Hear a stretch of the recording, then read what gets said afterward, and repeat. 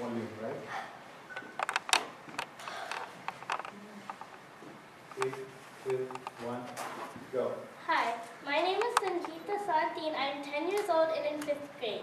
Today I'll be talking about my favorite profession, doctors.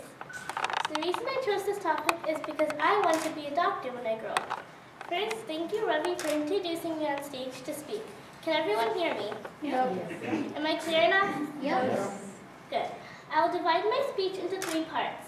The first is the history of doctors, the second is the specialties and alternate doctors, and the third and final part is how to become a doctor.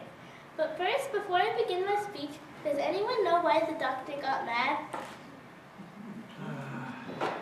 Because he was sick. Because he was sick? As the lady in the flower dress said, because he was sick. That's a very good answer, but I'm sorry, that's incorrect. Yes? Because he was a mad doctor? As the lady over there said, because he was a mad doctor. That is also incorrect. Any other guesses? Okay, the correct answer is because he lost his patience. Also, is there any doctors in the audience today? Yes, Dr. Sonti. Fake doctors. All fake doctors Well, are here. good, because the rest of you will learn something new. And I might persuade some of the younger students to become doctors when they grow up. Now I'll move on to my first part, which is the history of doctors.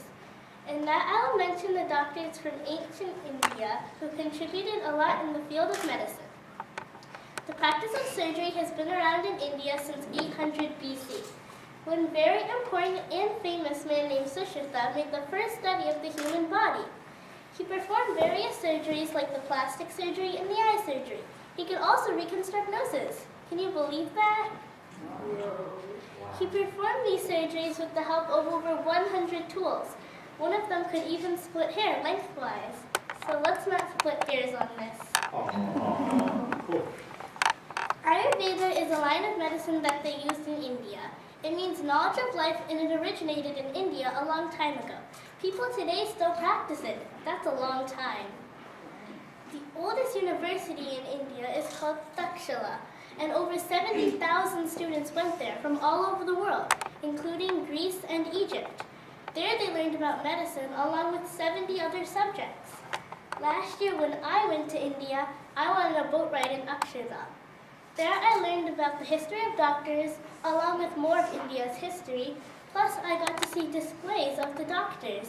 I even saw a display of Sushruta performing one of his surgeries. It was so cool. You all have to go there, except for my brother and my parents who already went there. The ancient Egyptian doctors learned a lot from the ancient Indian doctors. They learned how to heal wounds using stitches and heal fractures using splint.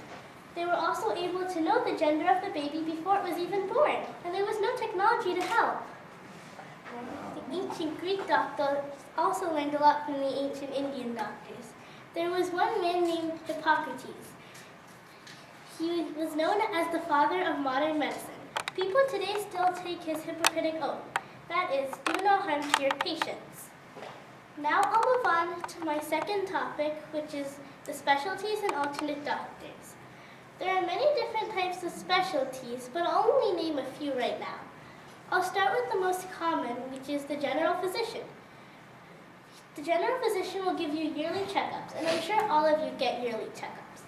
You'll go to the general physician if you have cough, cold, or small injuries. But if the injuries get a little more severe, they might send you to a specialty doctor.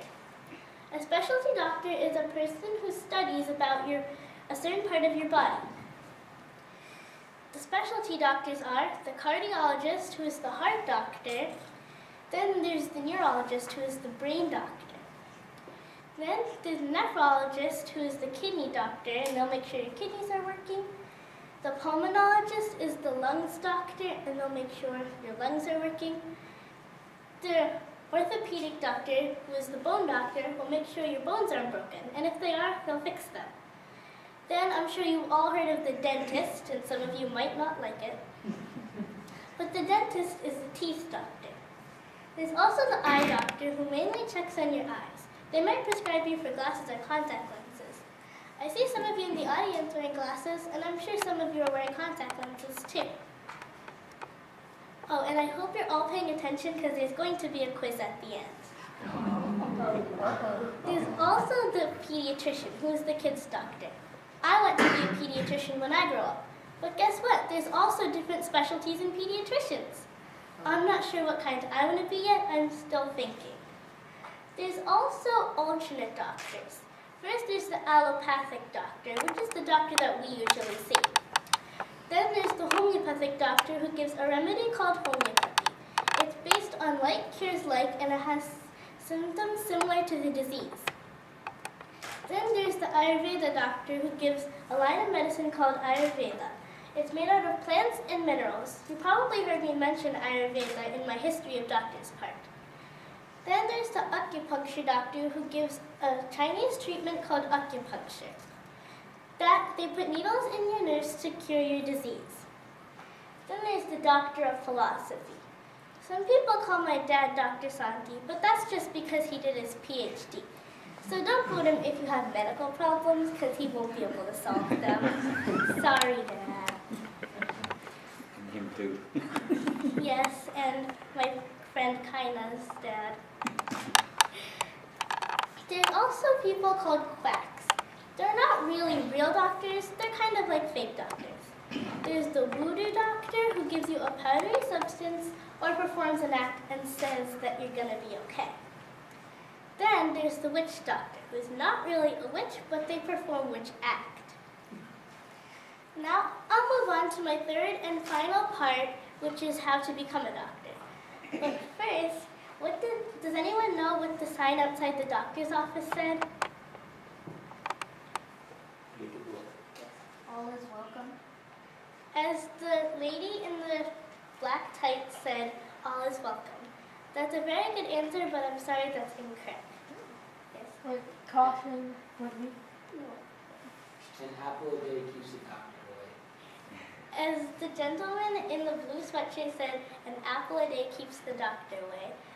That's a very good answer, but that is also incorrect. I don't have any more time for guesses.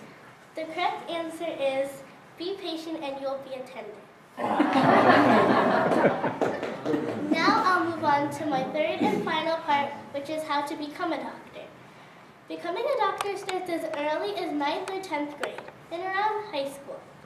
Getting good grades is a very important part in becoming a doctor. First, you'll start with your bachelor's degree. That'll take about 4 years. While you're doing that, you can take a couple of pre-med courses just to get a head start. Then you'll have to take your medical college admission test, the MCAT, which is not the same as the MCAS, so don't get your hopes too high. If you pass the MCAT, you'll go into medical school. That'll take also about 4 years. After medical school, you take your college residency, which is 2 years, and it's in a hospital. But then you get your license and become a doctor. Yay! But some people want to specialize in doctors too, so you'll have to study in whatever you want to specialize in. I know that becoming a doctor is a long process, but hey, it's a very rewarding profession. Doctors sacrifice a lot in order to take care of their patients. You've all heard of the disease Ebola, right? Yeah. Well, for those of you who didn't, it's a disease that's spreading in Africa, but some people here got it too. Anyway, an American doctor named Martin Salia went to Africa to take care of some of these sick patients. But sadly, while he was there, he got the disease and died. It's really sad, but it was so brave of him to put others' lives in front of his, and I really admire that. You guys should too. In conclusion, I talked about 3 parts. The first is the history of doctors, the second is the specialties and alternate doctors, and the third and final part is how to become a doctor. But have you ever wondered about the future? With technology changing so fast, maybe in the future there'll be robot doctors, and the regular doctors could sit in a remote place and still be able to check on their patients. Maybe when I'm a doctor, I'll be able to do that. Thank you for listening to my speech. I hope you learned something new. And are there any questions? Oh, awesome. I'm happy.